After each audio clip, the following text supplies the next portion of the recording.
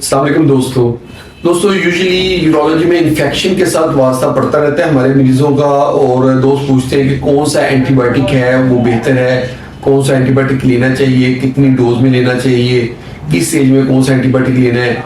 ये सारी चीज़ें हम थोड़ी सी डिस्कस करेंगे। देखिए, बच्चा जब छोटा होता है उसके लिए एंटीबायोटिक में सेफ जो ग्रुप होता है वो ऑगमेंटन और सेफिक्साइम वगैरह, जिसको सेफ्सपान और इससे रिलेटेड बाकी जो है सिरप वो शामिल है। वो हम सेफली छोटे बच्चों में ले सकते हैं, जो 1 साल और इससे छोटे बच्चे।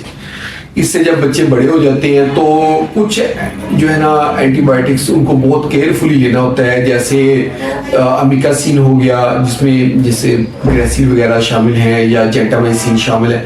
ये वाले बहुत केयरफुली लेने हैं, ये नेफ्रोटॉक्सिक होते हैं और लेकिन बहुत इफेक्टिव होते हैं। अगर ये देने पड़े तो कोशिश करें कि 3 दिन से ज़्यादा इनको ना लें।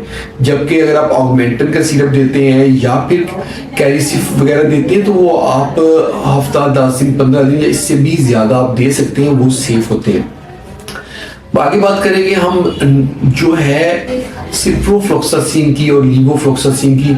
देखिए, वो बोन्स का और टेंडन्स का प्रॉब्लम करते हैं और ये कॉन्ट्राइंडिकेटेड है। कोशिश करें कि इनका इस्तेमाल 12 साल से कम उम्र के बच्चों में बिल्कुल ना करें।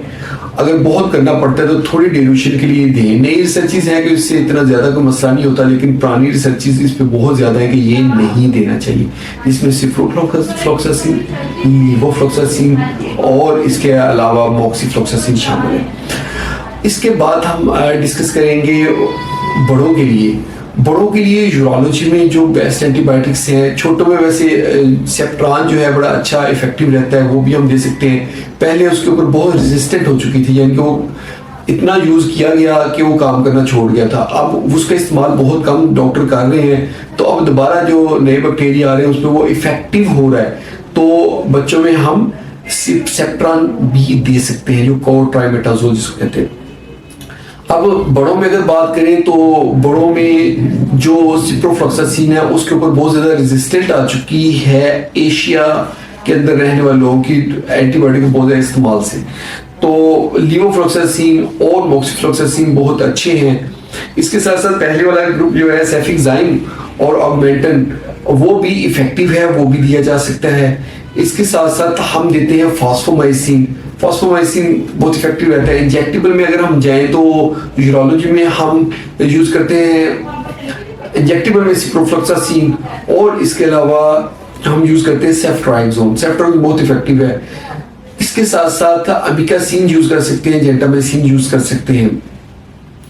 लास्ट बट नॉट लीस्ट सेफोपेराज़िम सल्बेक्टम, ये वाला जो साल्ट है 2 ग्राम में वो सुबह शाम देना होता है, तो वो हम सुबह शाम दे सकते हैं। थोड़ा सा बच्चों की डोजेज के ऊपर बात कर लें कि अगर हम सेफिक्साइम बच्चे में दे रहे हैं तो बच्चे में हमने जो अगर 10 किलो वजन है तो 5 ml यानी कि 1 चम्मच जो है ना वो रोजाना देना है।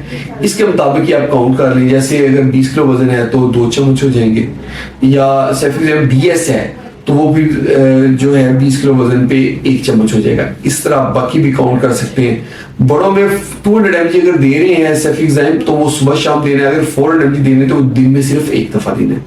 और सिप्रोफ्लोक्सासिन की जो डोज होती है 500 mg सुबह शाम होती है, जबकि लीवोफ्लोक्सासिन दिन में 1 दफा देना होता है और वो 500 mg का होता है। जब से मॉक्सीफ्लोक्सासिन 400 mg का होता है, वो भी दिन में सिर्फ 1 दफा देना होता है। फास्फोमाइसिन 500 mg सुबह शाम देते हैं। फास्फोमाइसिन साशे फॉर्म में भी आता है, जो 3 ग्राम के साशे होता है और इकट्ठी डोज देनी होती है फॉर 3 डेज।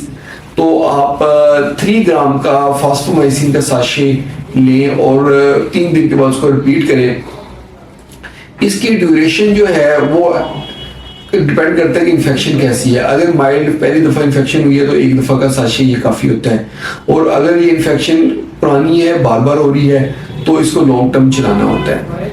तो ये थी आज की हमारी वीडियो के एंटीबायोटिक्स किस तरह इस्तेमाल करने हैं, क्या क्या उनकी डोजेज है। मजीद अगर किसी एंटीबायोटिक के मतलब आप पूछना चाहते तो अपने कमेंट सेक्शन में आए। होप आप लोगों को वीडियो पसंद आई होगी। अगर वीडियो पसंद आई तो इसको लाइक कर दें और इसको शेयर करें अपने दोस्तों के साथ, और हमारे चैनल को जल्दी से सब्सक्राइब करें ताकि आपको हेल्थ से रिलेटेड अच्छी वीडियोस मिलती रहे। बहुत बहुत शुक्रिया।